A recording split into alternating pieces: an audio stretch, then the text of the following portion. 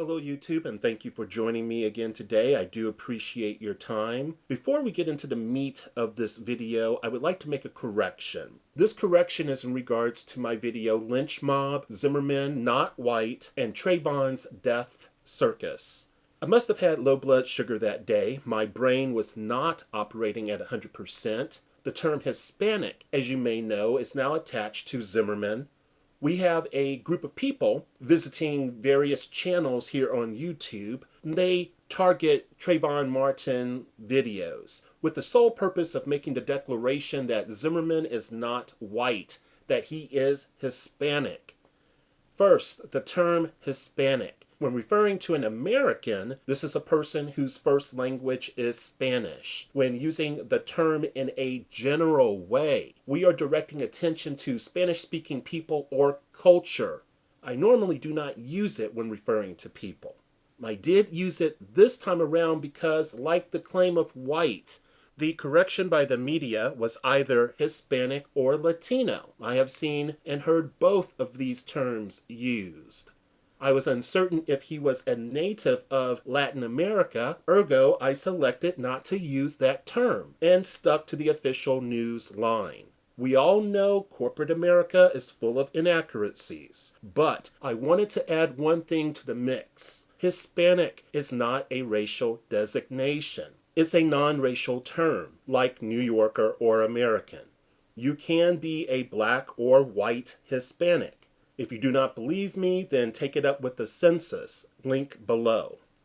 Once upon a time in the late 80s, for a brief spell, I enjoyed watching the Geraldo Rivera show on the indoctrination machine, or the boob tube. Then his nose was broken due to a fight between John Metzger and Roy Innis. After that incident, I soon lost interest. But now his stupidity, or maybe it was a calculated move to secure free press, who knows? Let's go with stupid. So he produces this whopper of an insensitive comment on Fox and Friends. He states that Trayvon Martin's Hoodie is as much responsible for Trayvon Martin's death as George Zimmerman, Martin's shooter, was, Martin's killer was. This is implying that people have a stigma attached to them if they wear hoodies. It is implied that this exists because it is part of a thug or gang culture. This is obviously Rivera not allowing a tragedy to go unused. He does not take the intellectual high road to address the merit of the existing law, like stand your ground law. State Representative Dennis Baxley, by the way, the co-sponsor of that law, states he doesn't have any regrets about creating that law. He has been reported as saying, quote, "I think it's been a great protection for our people," end quote. Now, I wonder, what does he mean when he says our people? Is he referring to the general American public or not? I will leave that for you to decide. But believe me or not, see the link below. Rivera does not mention that this explosive incident between a white Hispanic male and a young black male can create additional tension between blacks and Spanish-speaking people.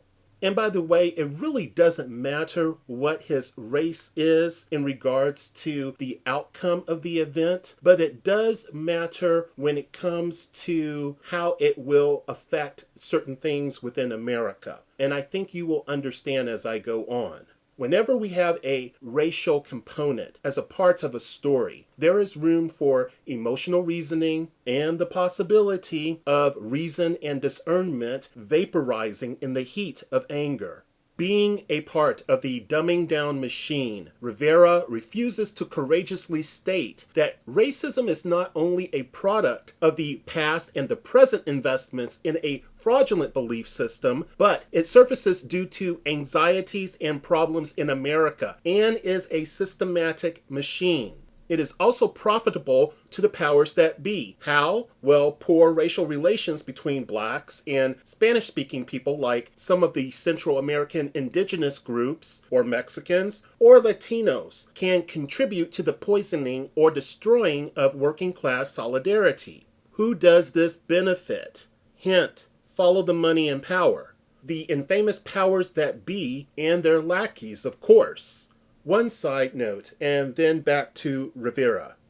People have to stop thinking that the powers that be think and behave as the normal citizen does. I encourage you to do your own research. Many are cold, calculating, highly agenda-driven, and intelligent. They appear to have a penchant for destruction and blood rituals. So, Rivera insists on making this dumb statement, which also serves as a distraction. Just add another component to the circus. In Rivera's inane commentary, he does expose a kernel of truth. That is, image counts. Unfortunately, young men of color are going to be judged and affected by insecurity, superficial reactions, stereotypes, and the internal picture of what a thug supposedly is until people change their perspective.